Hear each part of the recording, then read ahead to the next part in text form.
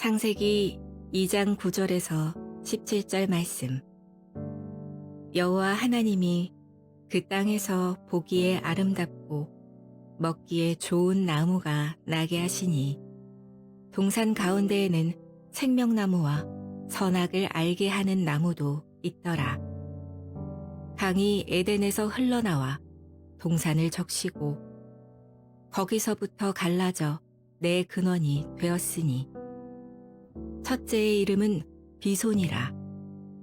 금이 있는 하윌라 온 땅을 둘렀으며 그 땅의 금은 순금이요 그곳에는 베델리엄과 호마노도 있으며 둘째 강의 이름은 기혼이라. 부스 온 땅을 둘렀고 셋째 강의 이름은 히데겔이라. 아수르 동쪽으로 흘렀으며 넷째 강은 유브라데더라.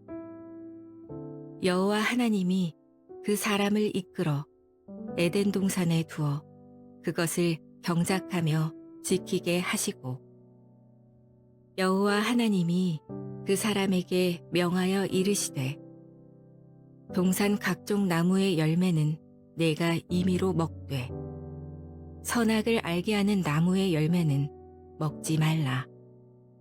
내가 먹는 날에는 반드시 죽으리라 하시니라.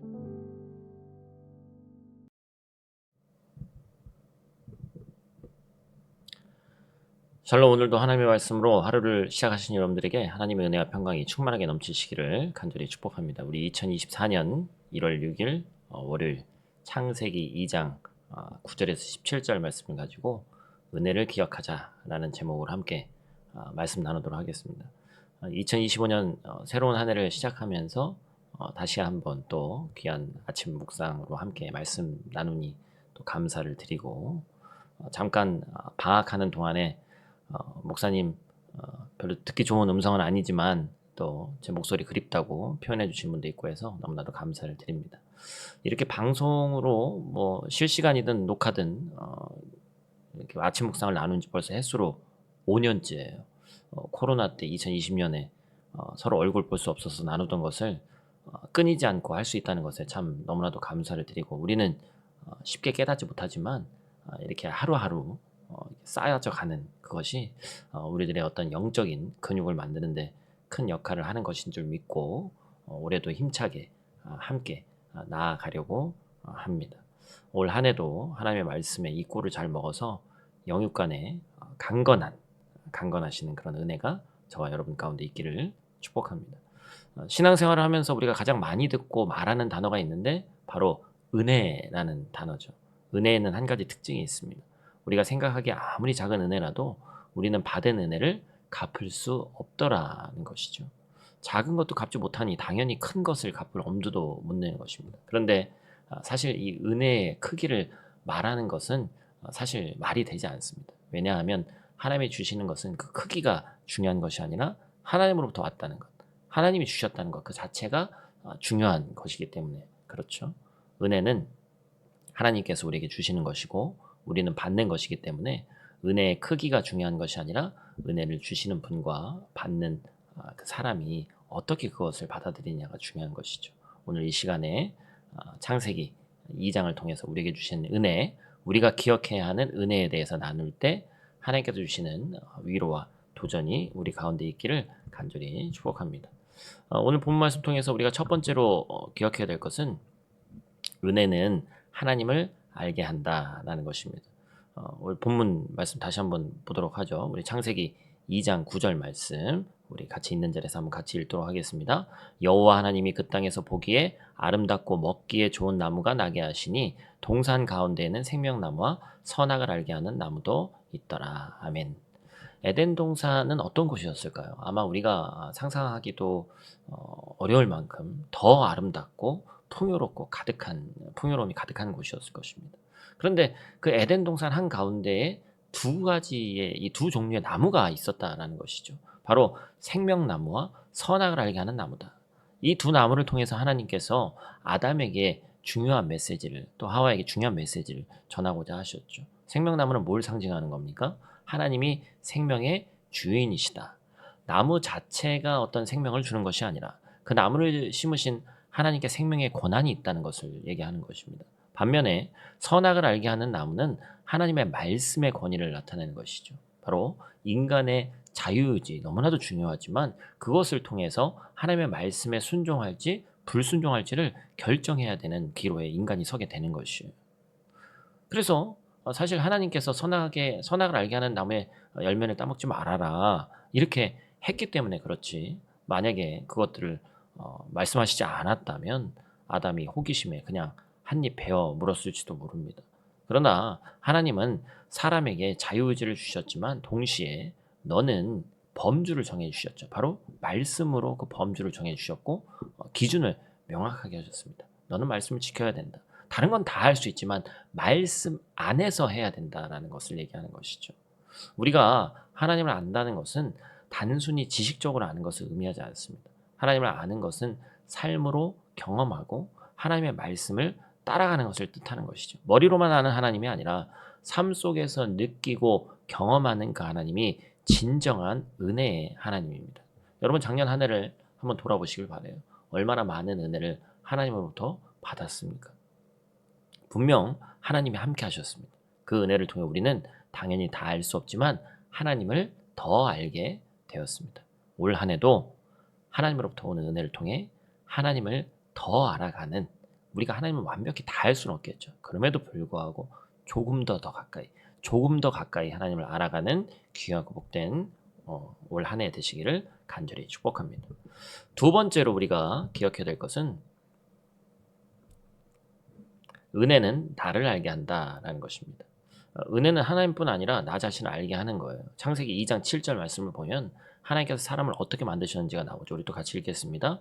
여호와 하나님이 땅의 흙으로 사람을 지으시고 생기를 그 코에 불어넣으시니 사람이 생명이 되니라. 아멘. 여러분 뭐라는 거예요? 흙이에요. 우리는 흙으로 만들어졌습니다. 그런데 그 흙에 생기가 들어가서 생명이 됐죠. 만약에 하나님의 생기가 없다면 뭐로 비유하면 좋을까요? 마치 까르교에 있는 그냥 조각상에 불과합니다. 에덴 동산에서 아담은 생명나무와 선악을 알게 하는 나무를 마주했습니다. 이 두 나무는 아담에게 너는 생명의 주인이 아니야 라는 사실을 끊임없이 상기시켜 주는 것이죠. 사람은 하나님의 형상대로 지음받은 소중한 존재이지만 동시에 연약한 피조물입니다. 에덴 동산에서 아담은 하나님이 주신 모든 풍요를 누렸지만 선악과라는 하나의 제한을 통해 자신의 한계를 깨닫습니다. 하나님은 이를 통해서 아담이 하나님을 의지하는 존재로 만드신 거예요. 그리고 그렇게 동행하기를 원하셨습니다. 제가 어제도 주일 설교하면서 여러분들과 함께 말씀 나눴지만 세상은 우리에게 네가 네 인생의 주인 되어야 된다 이렇게 얘기하죠. 하지만 하나님은 아니, 주인은 나다. 너는 나를 따라 살아야 돼. 이렇게 말씀하시는 거예요. 우리가 자꾸 주인 되려고 하니까 자꾸 불안과 걱정이 따라옵니다. 왜 그렇습니까? 나는 유한한 인간이기 때문에 그렇습니다. 마치 소크라테스가 한 말처럼 너 자신을 알라 하는 것처럼 내가 누구인지 분명히 아는 것은 내가 받은 것이 우연인지 은혜인지를 알게 하는 척도다라는 것입니다. 우리는 우리 인생의 참 주인 되신 하나님을 더 깊이 깨달아 알아야 합니다. 그래서 하나님께서 주인이심을 인정하는 순간 우리는 세상이 줄 수 없는 참된 평안과 참 자유를 누리게 되는 것이죠. 사랑하는 형제자매 여러분, 하나님의 은혜는 단순히 좋은 일이 생겼을 때만 은혜 많이 받았다. 하나님 은혜가 너무 큽니다. 이렇게 얘기하는 것이 아니에요. 우리가 하나님을 알고 나 자신을 제대로 아는 것 자체가 은혜인 줄로 믿습니다. 하나님의 은혜 없이는 우리는 단 하루도 살아갈 수 없습니다. 우리가 하나님께 감사하지 못하도록 방해하는 것이 있죠. 혹시 내게 없는 것에 집중하고 있지는 않은지, 받지 않은 것에 집중하고 있지 않은지 한번 돌아보시길 바라요. 하나님이 모든 것을 주셨지만 때때로는 딱 하나 금하시는 것이 있어요. 바로 선악을 알게 하는 나무처럼 다 허용하시는데 그 하나 갖지 못한 것, 그 하나 취하지 못한 것 때문에 우리가 시험받고 넘어지더라는 것이죠. 우리가 없는 것에, 갖지 못하는 것에 집중하는 순간 하나님이 주신 수많은 은혜를 망각하게 된다. 오늘 나에게 없는 것이 아니라 이미 주신 하나님의 은혜를 바라보며 하루를 시작하는 저 여러분 되시기를 간절히 축복합니다.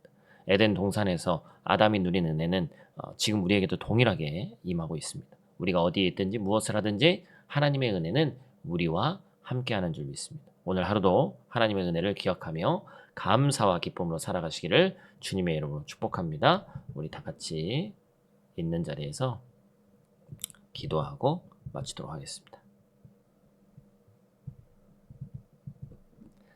사랑과 은혜가 풍성하신 아버지 하나님, 오늘도 새로운 하루를 허락하시고 각자 몸은 떨어져 있지만 이 말씀 묵상의 자리까지 나오게 하심에 감사를 드립니다. 벌써 우리가 아침 묵상 이렇게 나눈 지 5주년이 되었습니다.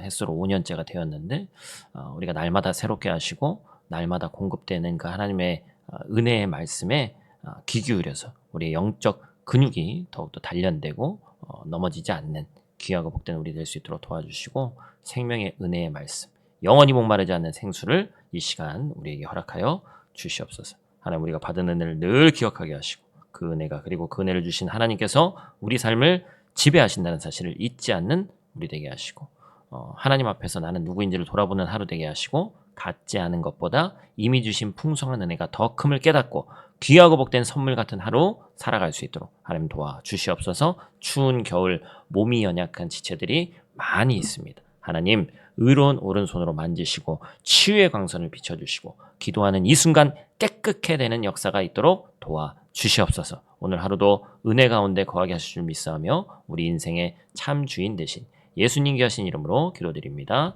아멘.